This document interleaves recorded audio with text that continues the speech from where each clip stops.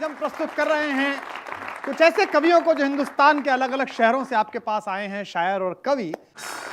कुछ कवियों का आमंत्रित किया है करालम कृपालम महाकाल की नगरी उज्जैनी से, भूत भगवान भगवान शिव की नगरी उज्जैनी से हमने अशोक भाटी को आमंत्रित किया। जोरदार तालियों से स्वागत करिएगा। अशोक जी, स्वागत है आपका। और हमने बुलाया है हरियाणा के एक अलबेले कवि, वो समाजवाद की पहली अवधारणा प्रस्तुत करने वाले महाराज अग्रसेन का वंशज है, जिन्होंने 1 रुपया और 1 ईंट से पहली बार वास्तविक जीवन का समाजवाद प्रस्तुत किया। महाराज अग्रसेन का वंशज है, लेकिन ठा के चारों तरफ बरोसता है। हरियाणा का है तो काम ही है। अनिल अग्रवंशी का स्वागत करिएगा। जोरदार ताली। अनिल, स्वागत है, बैठिए। और एक ऐसी कवित्री जो हमारी मानवीय संवेदनाओं पर कविताएं लिखती हैं और राजनीति में भी हैं। यूं वे दिल्ली की नगर निगम में पार्षद हैं, भारतीय जनता पार्टी के नेता हैं, लेकिन उससे पहले वो कवित्री थी और कवित्री हैं। और कवि मूलतः कवि होता है, वो ना तुम्हारा है, ना इनका है, ना आपका है, वो सिर्फ कवि होता है। तो ऋतु गोयल हमारे बीच है। जोरदार तालियों के साथ स्वागत करिए ऋतु। स्वागत है ऋतु आपका। और एक ऐसे शहर से हमने एक ऐसी खुशबू से महकते हुए नई आवाज को आमंत्रित किया है, जिसे आप अन्य माध्यमों से भी जानते होंगे।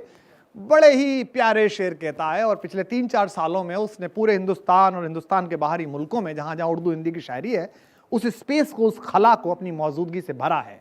वो आला हजरत के मुकाम से है, वो उस दर से है जहां वसीम बरेलवी की गजलें किशन सरोज के गीतों के साथ मोहब्बत से शाम बिताती हैं। उस गंगा जमनी तहजीब के शहर बरेली से, वहीं जहां झुमका गिर गया था और आज तक नहीं मिला है, उसी बरेली से एक बड़ा प्यारा युवा कवि आया, मध्यम सक्सेना। जोरदार तालियों के साथ स्वागत करिए मध्यम। खुश रहो बेटा। स्वागत है आपका जोरदार तालियों के साथ चारों कवियों का। वाह, वाले मैं देख रहा हूं मैं अनिल अग्रवंशी। अनिल भाई, हरियाणा का आदमी सूट वूट में थोड़ा जमसा सा नहीं, मतलब ऐसा लगता है, पता नहीं। हरियाणा बड़ी मस्त जगह है, मतलब अब आदमी बेलौस तबीयत से जीतने वाला और जीने वाला आदमी हरियाणा में रहता है। दूध दही का खाना, ऐसा देश हरियाणा। हालांकि बीच बीच में कुछ और भी खा पी लेता है। हमारा मंच इतना कभी नहीं हिला जितना हरियाणा के 2 लोगों से हिला। एक बाबा आए थे, रामदेव, और एक बेबी आई थी, सपना चौधरी। अब मैं आपको ले चलता हूं उत्तर प्रदेश के एक ऐसे शहर जहां से एक नौजवान शायर आया है। और इन दिनों जो लोग लिख रहे हैं वो इतना खूबसूरत लिख रहे हैं क्योंकि नए वक्त के हिसाब से लिख रहे हैं। आपकी ज़िंदगी में संवेदना की जगह मोबाइल आ गया है, आपकी ज़िंदगी में संवेदना की जगह इंटरनेट के अलग अलग ऐप्स आ गए हैं, जिनसे आप अपनी संवेदना को जी रहे हैं, सोच रहे हैं। ऐसे ही दौर के एक नए शायर मध्यम सक्सेना को हमने बरेली से आमंत्रित किया है। गज़ल की आबरू इन दिनों जिन लोगों ने अच्छे से रख रखी है, उनमें से एक उसका नाम है। एक बार जोरदार तालियों से आप मध्यम का स्वागत करें। मध्यम सक्सेना।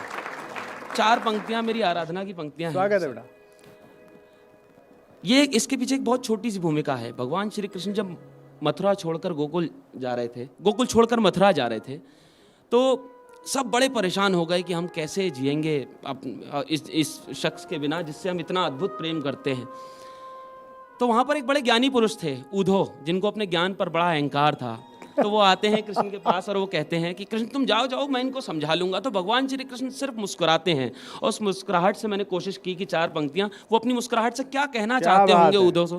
तो वो 4 पंक्तियां ये हैं कि यमुना तट को वन शिवट को मन के हठ को समझाओगे कैसे। वाह।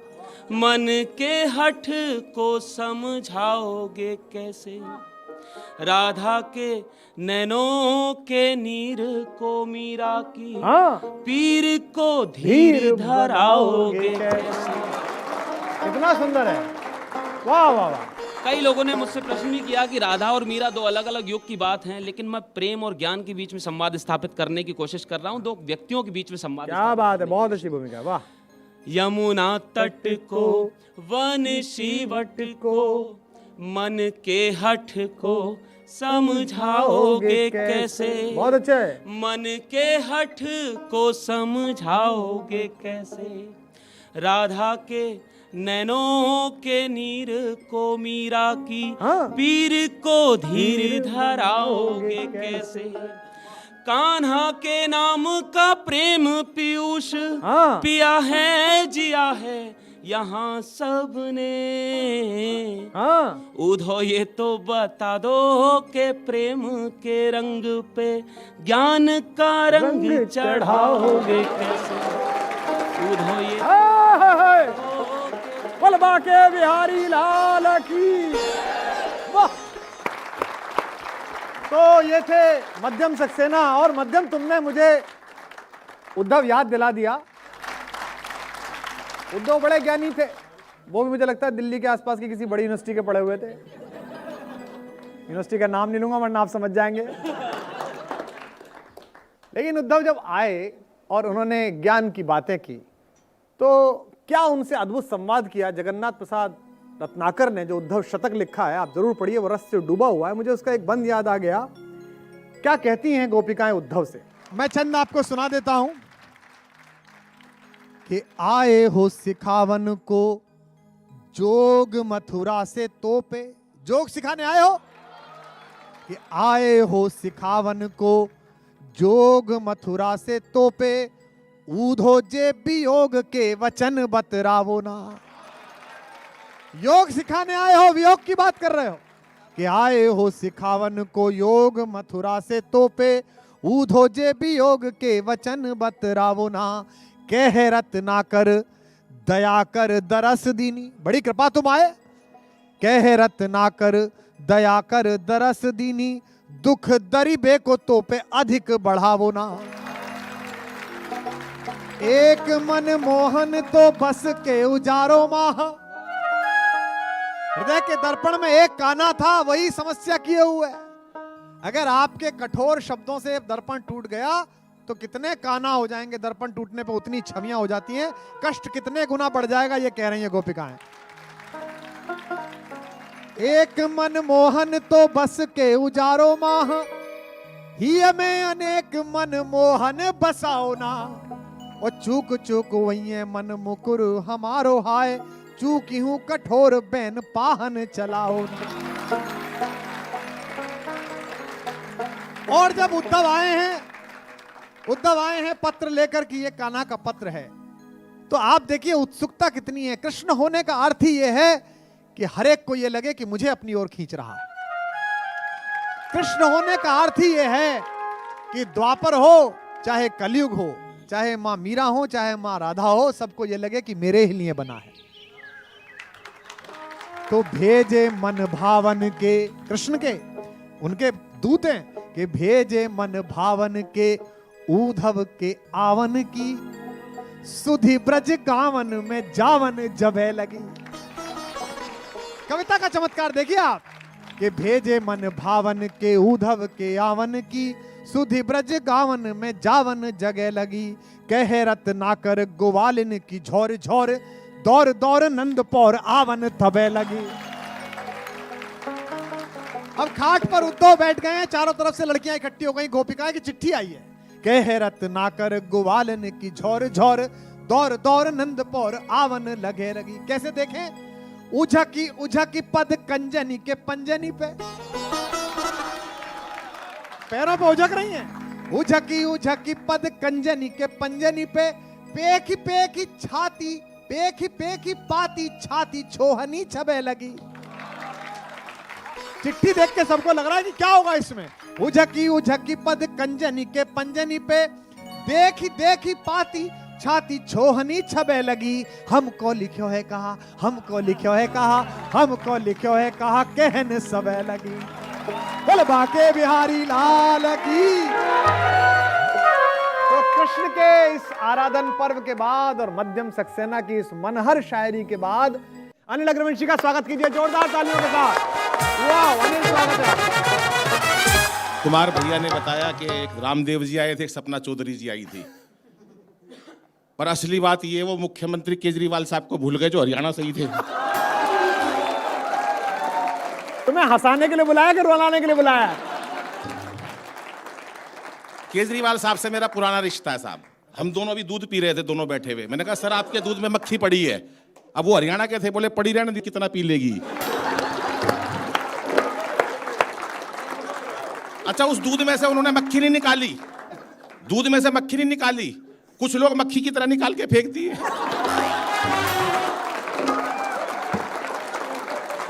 विशेष बातें हो जाती है साहब। लेकिन साहब, जब राष्ट्रपति साहब को इस चिंता हुई कि कुछ पड़ोसी देश हमें परेशान कर रहे हैं, तो उन्होंने 4 लोगों को चुना कि 4 लोग ऐसे आओ जो पूरे कोई भी दुश्मन देश अगर अटैक करे तो उसे निपटा दें। अच्छा, तो 4 की लिस्ट बनाई गई। बोले भाई, एक तो बाबा रामदेव को बुला दो, निपटा देंगे। बोले भाई, बाबा रामदेव कैसे निपटा देंगे दुश्मन देश को? बोले उन्होंने बड़े बड़े उद्योगपति निपटा दिए। बहुत अच्छे, वाह।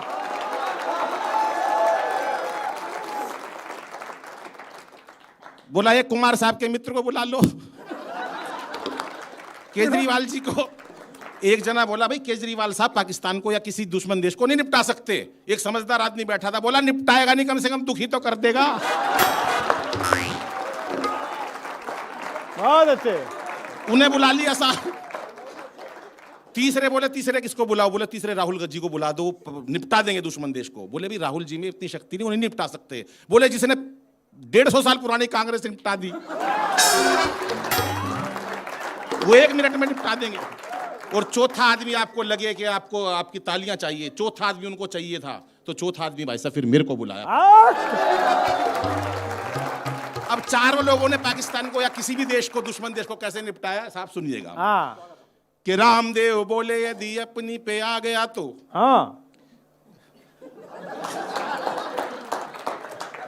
सुनो बहन जी, आप पढ़ी लिखी लग रही हो। कि रामदेव बोले यदि अपनी पे आ गया तो पेट की तरह तुझे घुमा के मार डालूंगा। रामदेव जी का जलवा है साहब। अभी एक दोस्त मेरे पर रोते हुए आया, बोला यार दादाजी गुजर गए। मैंने कहा क्या हुआ? बोला बाबा रामदेव ने मरवा दिया। मैंने कहा तेरे दादाजी रामदेव जी ने कैसे मरवा दिए? बोले यार टीवी के सामने योग सीख रहे थे सुबह 4 बजे। बाबा बोला जैसे जैसे कहूं वैसे वैसे करते जाना। दादा मेरे भोले भाले। बाबा बोला सांस खींचो।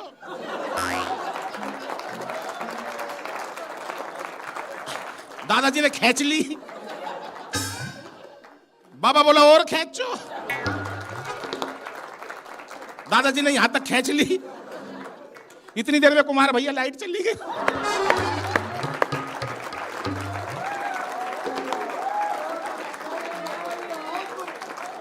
थोड़ी देर में भगवान ने मेरा दादाजी खींच लिया। इतनी देर में लाइट आ गई। बाबा रामदेव उसमें से बोल रहे थे कि इस प्रकार से तमाम रोगों का निवारण किया जाता है।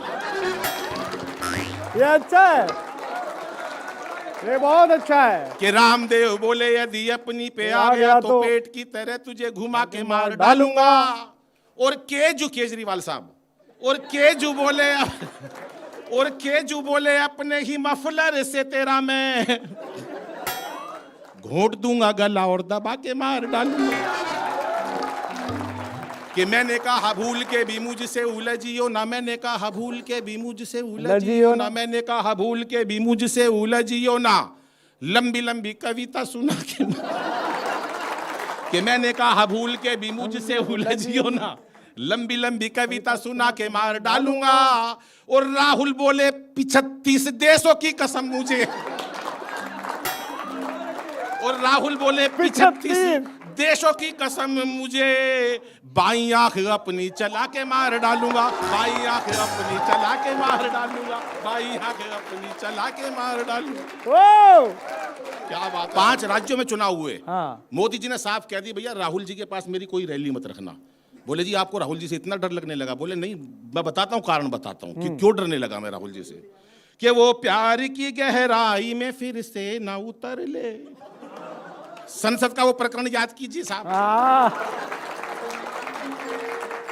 कि वो प्यार की गहराई में फिर से ना उतर ले, फिर मिलते ही फिर दोबारा वो हरकत ना ये कर ले, मिलते ही फिर दोबारा वो हरकत ना ये कर ले।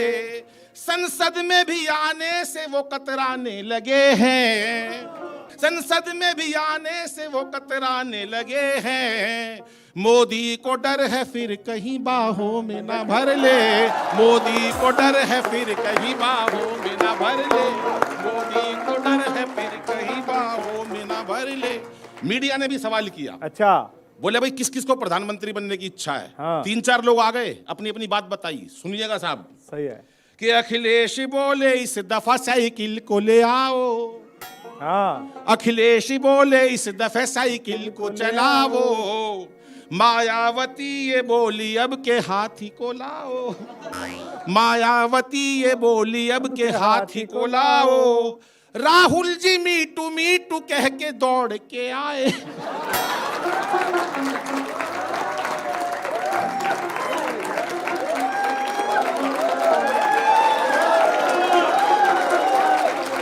राहुल जी मीटू मीटू कह के दौड़ के आए, दुल्हा ना बन सका कम पीएम तो बनाओ, दुल्हा कभी ना बन सका पीएम तो बनाओ, दुल्हा कभी ना बन सका पीएम तो बनाओ। बहुत अच्छा अनिल। राम मंदिर के बारे में कुछ बातें करना हाँ हाँ, इसी पे हो रही है जरूरी है आजकल। ना। ये नेता वादा करके दगाबाज हो गए।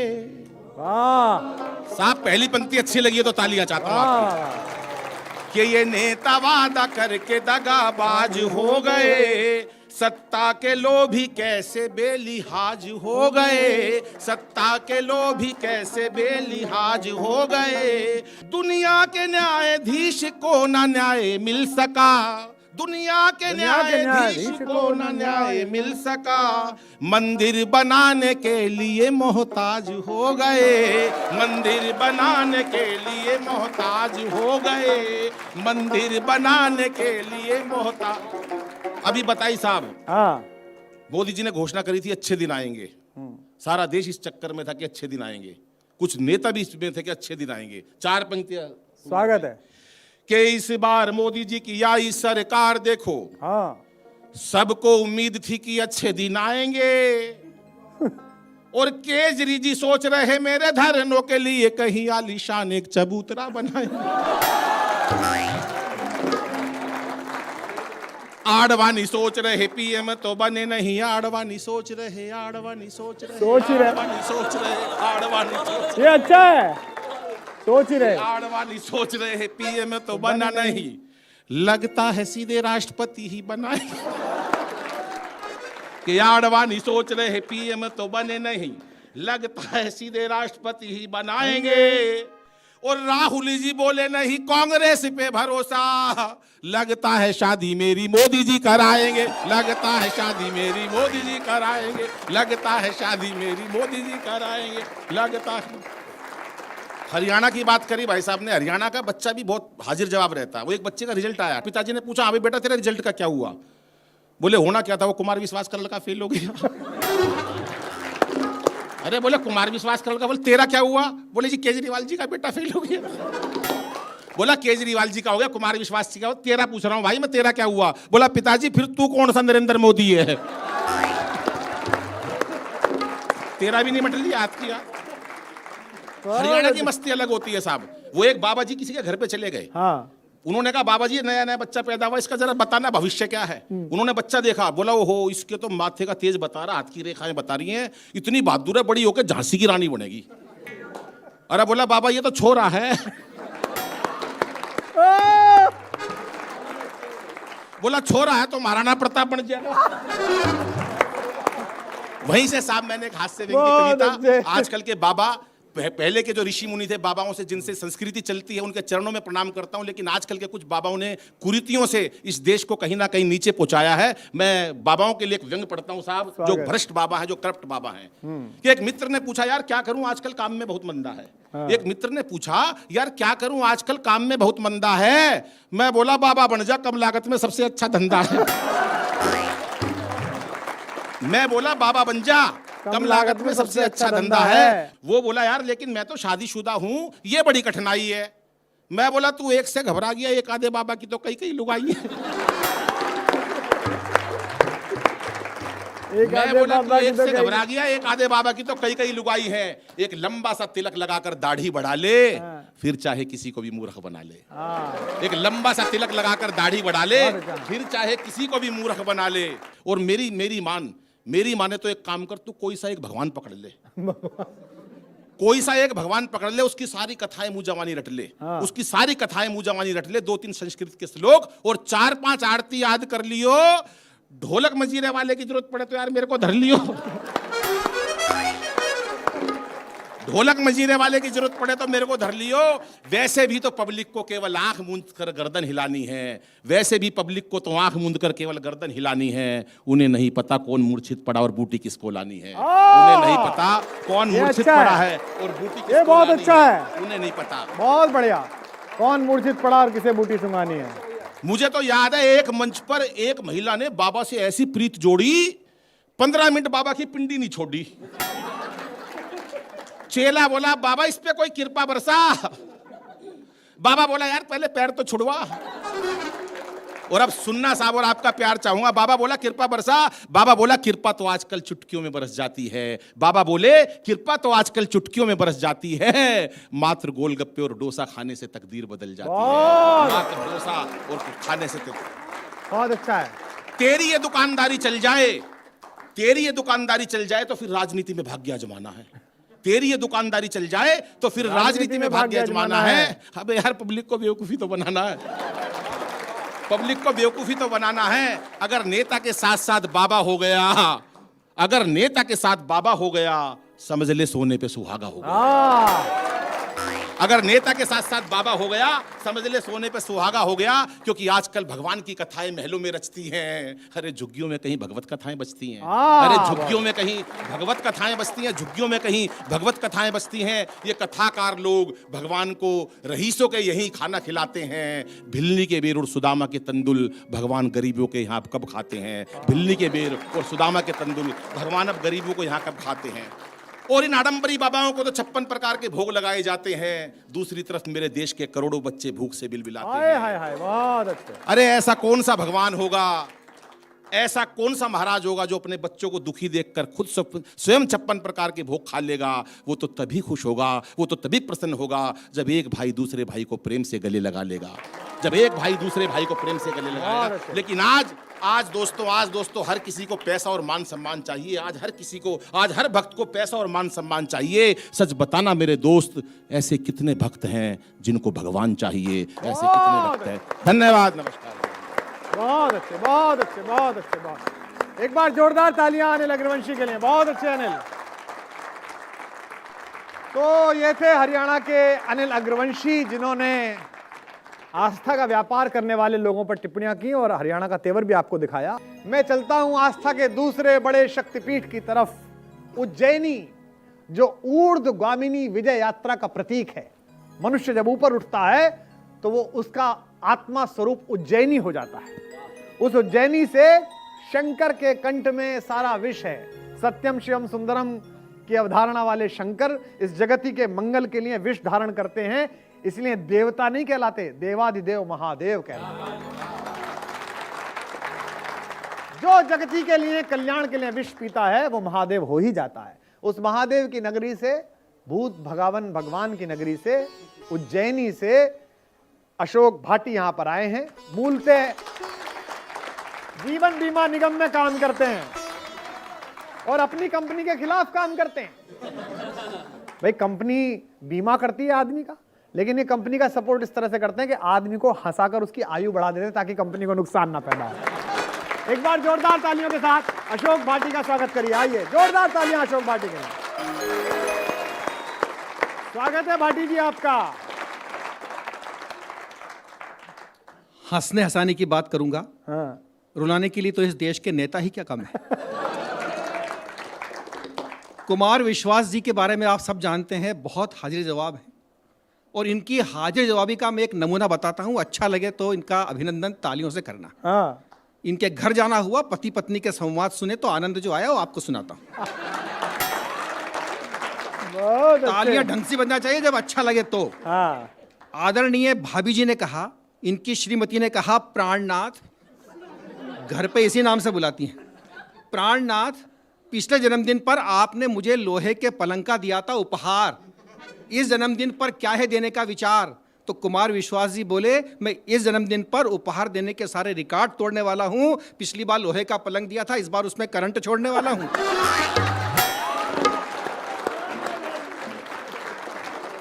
बहुत अच्छे, बहुत अच्छे।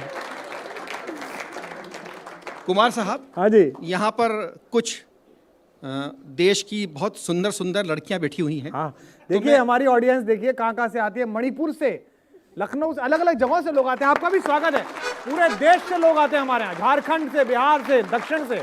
इसीलिए मैंने बोला देश की अच्छी सुंदर कन्या बैठी हुई हैं। अच्छा, इनके कोर्स की एक बात कह देता हाँ बताइए। हूं। नगर की कुछ बहुएं बैठ गई महफिल जमा के, हाँ खूब उड़ाई दावत और खूब लगाए ठहाके, फिर प्रस्ताव पास किया अपनी अपनी सासू माओ को तीर्थ यात्रा पर भिजवाने का, यानी ढेर सारा पुण्य कमाने का। तो सारी बहुओं ने अपनी सासुओं को एक बस में बिठाया और तीर्थ पर भिजवाया, पर हाय रे किस्मत, कुछ ही दूर चलकर बस दुर्घटनाग्रस्त हो गई। सुनते ही सारी बहुएं मस्त हो गई।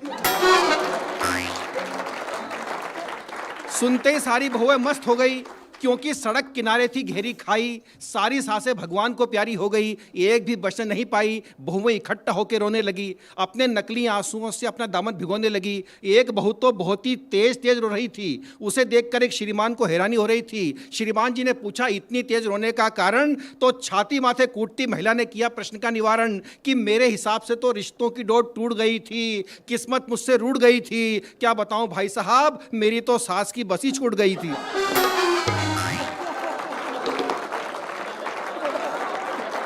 बहुत अच्छे।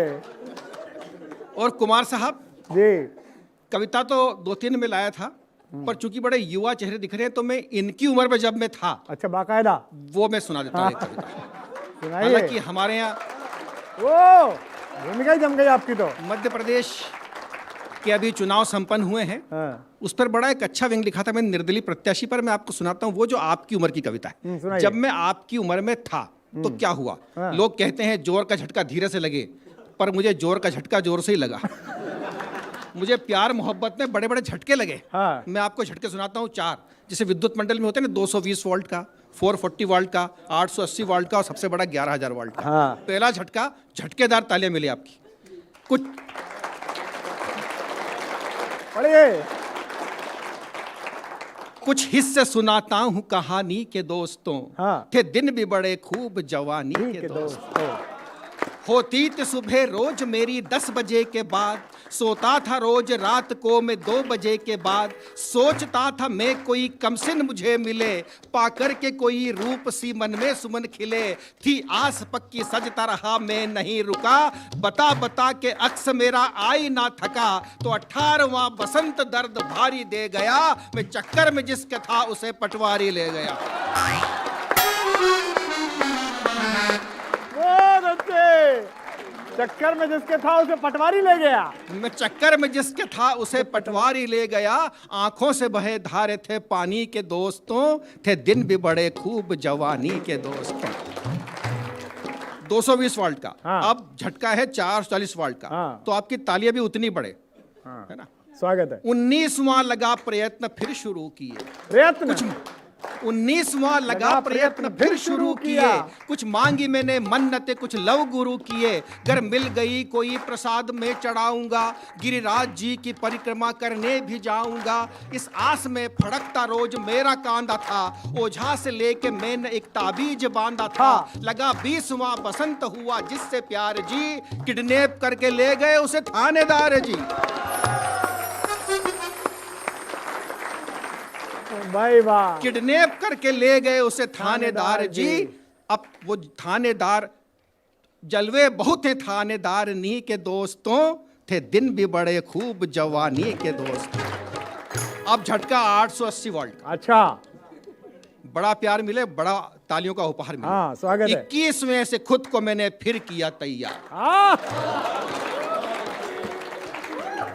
21वें से खुद को मैंने फिर किया तैयार। एक दिन जरूर होगा किसी को तो मुझसे प्यार। ये सोच सोच मन में उमंगे बहुत बड़ी, दिल के गगन में आशा की पतंगे भी उड़ी। सराबोर हुआ सोच कर मैं इस ख्याल से, लगा मिल गया वरदान मुझे महाकाल से। तो जीवन के बगीचे में धतूरा हुआ बड़ा, मैं चक्कर में जिसकी था उसे सरपंच ले उड़ा।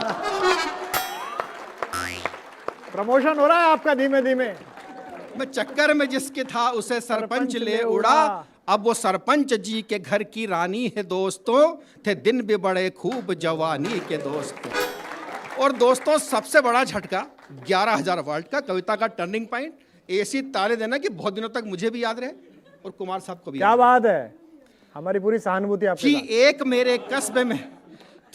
मेरे कस्बे में सुंदर सी हसीना। हाय हाय, बच गई, अभी बच गई,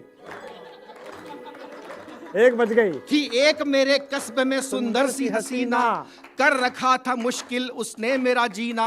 कई गुलफाम उसकी याद में आहें भरते थे, छुप छुप के उसकी रोज रोज बात करते थे। सोचता था हर कोई रोमांस चलेगा, रोमांस का सुनेरा हमें चांस मिलेगा। तो सबके दिलों में प्यार का अरमान था जगा, सब टापते ही रह गए मैं उसको ले भगा।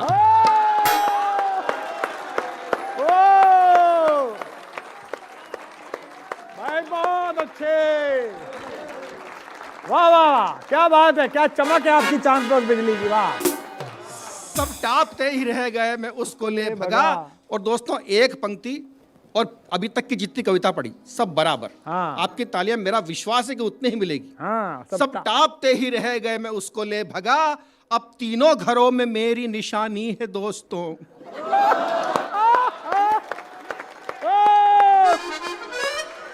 अब तीनों घरों में मेरी निशानी है दोस्तों, थे दिन भी बड़े खूब जवानी के दोस्तों। कविता का उपसंहार। हाँ, अब जाता हूं मैं उनके यहाँ चाय के लिए। हाँ? केवल चाय के लिए। चाय अब पे चर्चा। जाता हूं मैं उनके यहाँ चाय चाय के पे लिए, चर्चा। आती है तीनों पास मेरे राय के लिए। आओ भगत करती मेरा फ्रूट जूस से, पाला पड़ा है भाटी जी ये किस खड़ूस से। अच्छा है, बहुत अच्छा है। पाला पड़ा है भाटी जी, भाभी जी भी यही कहती हैं, भाभी जी मुझसे यही कहती हैं।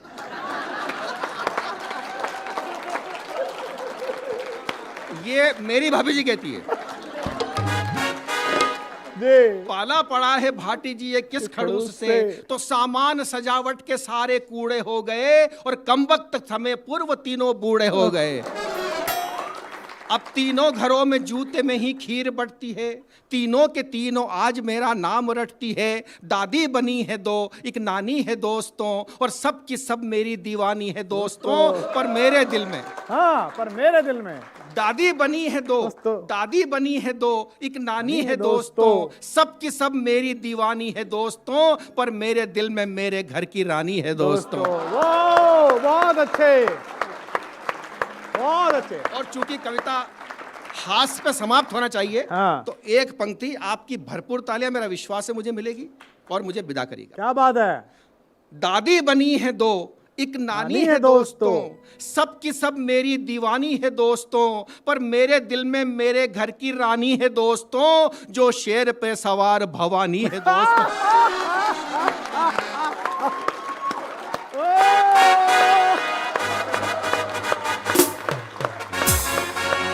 बहुत अच्छे, ओ तालियां। आइए कार्यक्रम के समाहार में, समालोप में मैं एक ऐसे संजीदा आवाज को आमंत्रित करना चाहता हूं। हमारे जिंदगी में जो चारों तरफ रिश्ते हैं, उनको अगर हम ठीक से नहीं जी पाते तो जिंदगी के बाहर बनाए हुए रिश्ते भी अप्रासंगिक हो जाते हैं। राजन जी को हमने आमंत्रित किया था यहाँ पर। उन्होंने एक बहुत अच्छी कविता सुनाई थी कि वो जिनके दिल पे लगती है वो आंखों से नहीं रोते, वो जिनके दिल पे लगती है वो आंखों से नहीं रोते, जो अपनों के नहीं होते किसी के भी नहीं होते। तो इन्हीं रिश्तों के चारों तरफ संवेदना की कविताएं रचने वाली ऋतु गोयल यहाँ पर हैं। वो मूलतः कवित्री हैं, लोकप्रिय कवित्री हैं, लेकिन राजनीति में भी हैं और दिल्ली में भारतीय जनता पार्टी की पार्षद हैं। और 2 दशकों से हम दोनों की दोस्ती है। आप ये ना माने कि अभी कुछ ऐसा हुआ है, वरना लोग इसका भी अर्थ निकाल सकते हैं। लेकिन बहुत अच्छी कविताएं सुनाती हैं और खासतौर पर उनका शिल्प और उसके बीच जमी हुई भावनाएं आपको तरंगित करेंगी। इस विश्वास के साथ मैं आमंत्रित कर रहा हूं ऋतु गोयल को। एक बार जोरदार तालियों के साथ स्वागत करें ऋतु जी। स्वागत है ऋतु आपका। कि आज मूड तो नहीं था, आज मूड तो नहीं था कि ब्रेकफास्ट के बाद तुम्हारा लंच भी पैक करूं। हाय हाय, आज मूड तो नहीं था कि ब्रेकफास्ट के बाद तुम्हारा लंच भी पैक करूं और छोड़ने आऊं तुम्हें बाहर तक मुस्कान ओढ़े ऑफिस के लिए। आहा, आज मूड तो नहीं क्या था कि बढ़िया है। ब्रेकफास्ट के बाद तुम्हारा लंच भी पैक करूं और छोड़ने आऊं तुम्हें बाहर तक मुस्कान ओढ़े ऑफिस के लिए, क्योंकि मेरी फुर्ती में रात भर की करवटों का असर और आंखों में एक चुभन सी थी जो आईना नहीं बस तुम देख सकते थे, पर तुम व्यस्त थे। हाय हाय, वाओ, जो आईना बहुत नहीं अच्छे। बस तुम देख सकते थे, पर तुम व्यस्त व्यस्त थे। थे। आज बिल्कुल नहीं था मूड, आज बिल्कुल नहीं था मूड बच्चों को बस स्टॉप छोड़कर आने का, उनके उलझे उत्सुक मनों को सुलझाने का, क्योंकि खुद अनसुलझे थे कुछ प्रश्न मेरे रक्त प्रवाह में, जिसे और कोई नहीं बस तुम सुलझा सकते थे, पर तुम व्यस्त व्यस्त थे। थे। आहा, भाई बहुत अच्छे, बहुत अच्छे। जानते हो, बहुत अच्छी जानते कविता हो, थी। जानते हो आज रात कुछ ज्यादा ही काली है। जानते हो आज रात कुछ ज्यादा ही काली है, नींद नहीं आ रही, चाहती हूँ ढेर सारी करूँ बातें, सिर्फ मेरी और तुम्हारी, तुम्हारे आगोश में सब कुछ भूल पाऊँ, कतरा कतरा खुशबू से बिखर जाऊँ, रोशन कर दूँ इस रात को ताज़ा ताज़ा नई नई होकर, पर सो रहे हो तुम कैसे जगाऊँ, पर सो रहे हो तुम कैसे जगाऊँ। कोई नहीं, मैं तो जी लूंगी तुम्हारे हिस्से का भी वक्त, जो जी रही हूँ पल पल खुद में एक पुरुष, वाह, जो जी रही हूँ पल पल खुद में एक पुरुष। पर काश तुम भी तो जीते, थोड़ी सी औरत अपने भीतर, थोड़ी सी औरत अपने भीतर, थोड़ी सी औरत अपने भीतर। बिट्टू बहुत अच्छे। केवी सम्मेलन सिर्फ इसीलिए है कि आप मुस्कुराते रहें। और फिर मैं आपसे कहता हूं, चुनाव हो चुके हैं, लोग शपथ ग्रहण कर चुके हैं, फिर चुनाव होंगे। इन नेताओं के चक्कर में, इन पार्टियों के चक्कर में आपसी रिश्तों को खराब मत करिएगा, क्योंकि ये किसी रिश्ते के नहीं है। इधर वाला इधर मिलता है और उधर वाला उधर मिलता है।